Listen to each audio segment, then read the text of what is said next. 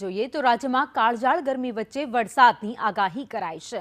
રાજ્યમાં આજથી 8 મે સુધી વરસાદની આગાહી કરાઈ છે। ગાજવીજ અને ભારે પવન સાથે વરસાદની આગાહી કરવામાં આવી। આજે બનાસકાંઠામાં ગાજવીજ સાથે વરસાદની આગાહી કરાઈ છે તો સાબરકાંઠા અને કચ્છમાં પણ વરસાદની આગાહી કરવામાં આવી છે। રાજસ્થાન તરફ સર્જાયેલી સિસ્ટમને પગલે આગાહી કરવામાં આવી છે। 4 મેના રોજ કચ્છ, બનાસકાંઠા, સાબરકાંઠામાં માવઠું થઈ શકે, સાથે જ પાટણ, મહેસાણા, અરવલ્લી, મહીસાગરમાં પણ માવઠાની શક્યતાઓ વ્યક્ત કરાઈ છે। દાહોદ, પંચમહાલ, છોટાઉદેપુર, વડોદરામાં પણ માવઠું પડી શકે તો દીવ, ગીર સોમનાથ, અમરેલી, ભાવનગરમાં પણ વરસાદ વરસે તેવી આગાહી કરવામાં આવી છે। 5 મેના રોજ કચ્છ, બનાસકાંઠા, પાટણમાં માવઠું પડી શકે તો બનાસકાંઠા, મહેસાણા અને અરવલ્લીમાં પણ વરસાદી માહોલ જોવા મળી શકે છે।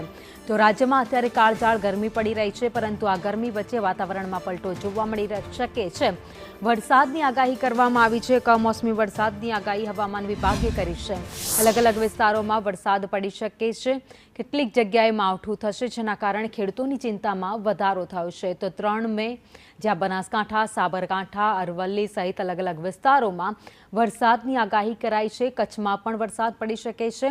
તો 3, 4 અને 5 એમ ત્રણેય દિવસ વરસાદી માહોલ અલગ અલગ વિસ્તારોમાં જોવા મળી શકે છે। તો ભર ઉનાળે 6 દિવસ માટે ઝરમર વરસાદ પડે તેવી હવામાન વિભાગે આગાહી કરી છે। વાતાવરણમાં પલટો પણ જોવા મળશે। તો અત્યારે કેટલીક જગ્યાએ વાદળછાયું વાતાવરણ પણ જોવા મળ્યું છે। તો ગત રોજની વાત કરીએ, જ્યારે દિલ્હીમાં પણ ધોધમાર વરસાદ પડ્યો હતો, જાણે ચોમાસું હોય તેવો માહોલ દિલ્હીમાં જોવા મળ્યો હતો, જ્યારે હવે ગુજરાતમાં પણ વરસાદી માહોલ જોવા મળે તો નવાઈ નહીં। હવામાન વિભાગે આગાહી કરી છે કે વાતાવરણમાં પલટો આવશે, માવઠું થશે। અલગ અલગ વિસ્તારો રાજ્યના છે જ્યાં વરસાદ પડી શકે છે। પ્રી મોન્સૂન એક્ટિવિટીની હવે આગાહી કરી દેવામાં આવી છે।